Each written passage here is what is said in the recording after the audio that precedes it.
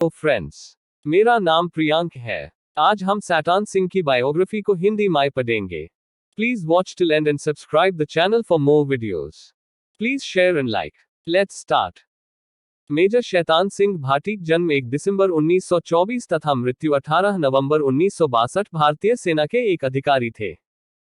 इन्हें वर्ष 1963 में मरणोपरांत परमवीर चक्र का सम्मान दिया गया।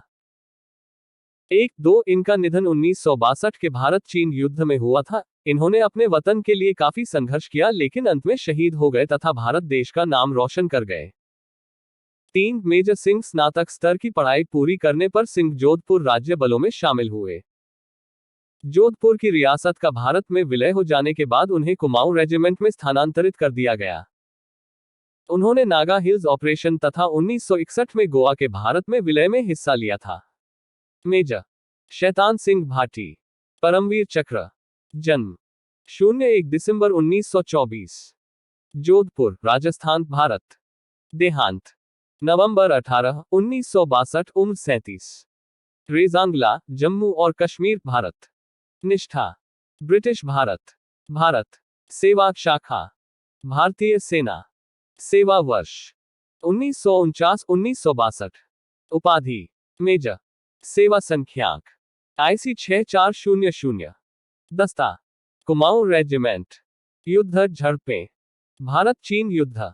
सम्मान परमवीर चक्र। 1962 में भारत चीन युद्ध के दौरान कुमाऊं रेजिमेंट की 13वीं बटालियन को चुशूल सेक्टर में तैनात किया गया था। सिंह की कमान के तहत सी कंपनी रेजांगला में एक पोस्ट पर थी।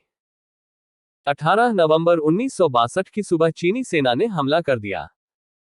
सामने से कई असफल हमलों के बाद चीनी सेना ने पीछे से हमला कर किया। भारतीयों ने आखिरी दौर तक लड़ा, परंतु अंततः चीनी हावी हो गए।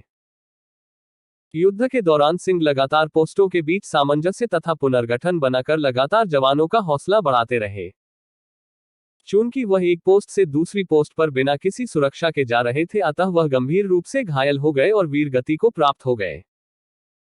उनके इन वीरता भरे देश प्रेम को सम्मान देते हुए भारत सरकार ने वर्ष 1963 में उन्हें परमवीर चक्र से सम्मानित किया।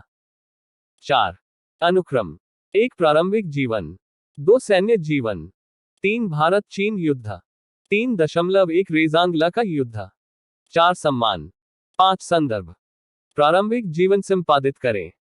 शैतान सिंह भाटी का जन्म 1 दिसंबर 1924 को राजस्थान के जोधपुर जिले के बसार गांव के एक राजपूत परिवार में हुआ था। उनके पिता लेफ्टिनेंट कर्नल हेम सिंह थे, जिन्होंने प्रथम विश्व युद्ध के दौरान फ्रांस में भारतीय सेना के साथ सेवा की और ब्रिटिश सरकार द्वारा Order of the British Empire OBE से सम्मानित किए गए थे। सिंह ने जोधपुर के राजपूत हाई स्कूल में अपनी मैट्रिक तक की पढ़ाई की। स्कूल में वह एक फुटबॉल खिलाड़ी के रूप में अपने कौशल के लिए जाने जाते थे।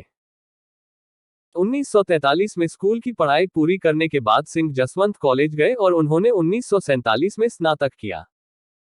1 अगस्त 1949 को वह एक अधिकारी के रूप में जोधपुर राज्य बलों में शामिल हो गए। सैन्य जीवन संपादित करें। जोधपुर की रियासत का भारत में विलय हो जाने के बाद उन्हें कुमाऊं रेजिमेंट में स्थानांतरित कर दिया गया। उन्होंने नागा हिल्स ऑपरेशन तथा 1961 में गोवा के भारत में विलय में हिस्सा लिया था। उन्हें 11 जून 1962 को उन्हें मेजर पद के लिए पदोन्नत किया गया था। भारत चीन युद्ध संपादित करें। हिमालय क्षेत्र में विवादित सीमाओं पर लंबे समय से भारत और चीन के बीच असहमति थी। विवादित क्षेत्र में बढ़ते चीनी घुसपैठ का सामना करने के लिए भारत के प्रधानमंत्री जवाहरलाल नेहरू ने उनसे निपटने के लिए रणनीतियों के बारे में पूछा। हालांकि भारतीय सेना द्वारा प्रस्तुत प्रस्ताव को खारिज कर दिया गया था। इसके बजाय उन्होंने फॉरवर्ड पॉलिसी नामक एक नौकरशाह द्वारा प्रस्तावित एक योजना को मंजूरी दी, जिसमें चीनी सीमा के क्षेत्र में कई छोटी छोटी पोस्टों की स्थापना के लिए कहा गया था। चीनी घुसपैठ के खिलाफ सार्वजनिक आलोचना में गंभीर वृद्धि के कारण नेहरू ने सेना की सलाह के खिलाफ फॉरवर्ड पॉलिसी को लागू कर दिया। चीन को भौगोलिक लाभ प्राप्त था और ये सेना के लिए चिंता का विषय था। अतिरिक्त चीनी हमले के समय कई छोटी छोटी पोस्टों को बनाए रखना असंगत था। इस पर नेहरू ने यह मान लिया था कि चीनी हमला नहीं करेंगे, लेकिन चीन ने चीन भारत युद्ध की शुरुआत कर दी। रेजांगला का युद्ध संपादित करें। युद्ध के दौरान कुमाऊं रेजिमेंट की 13वीं बटालियन को चूसुल सेक्टर में तैनात किया गया था। समुद्र तल से 5000 मीटर 16,000 फीट की ऊंचाई पर सिंह की कमान में सी कंपनी रेजांगला में एक स्थान पर थी और इस क्षेत्र को 5 प्लाटून पोस्टों द्वारा बचाव किया जा रहा था। 18 नवंबर 1962 की सुबह चीनी सेना ने हमला कर दिया, पर भारतीयों ने आक्रामक तरीके से तैयारी की थी क्योंकि उन्होंने चीनी सेना को सुबह 5 बजे के मंद प्रकाश में आगे बढ़ते हुए देखा था।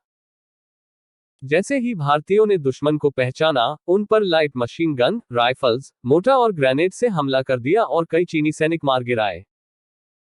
5:40 बजे चीनी सेना ने पुनः मोर्टार से हमले करने शुरू कर दिए और लगभग 350 चीनी सैनिकों ने आगे बढ़ना शुरू किया।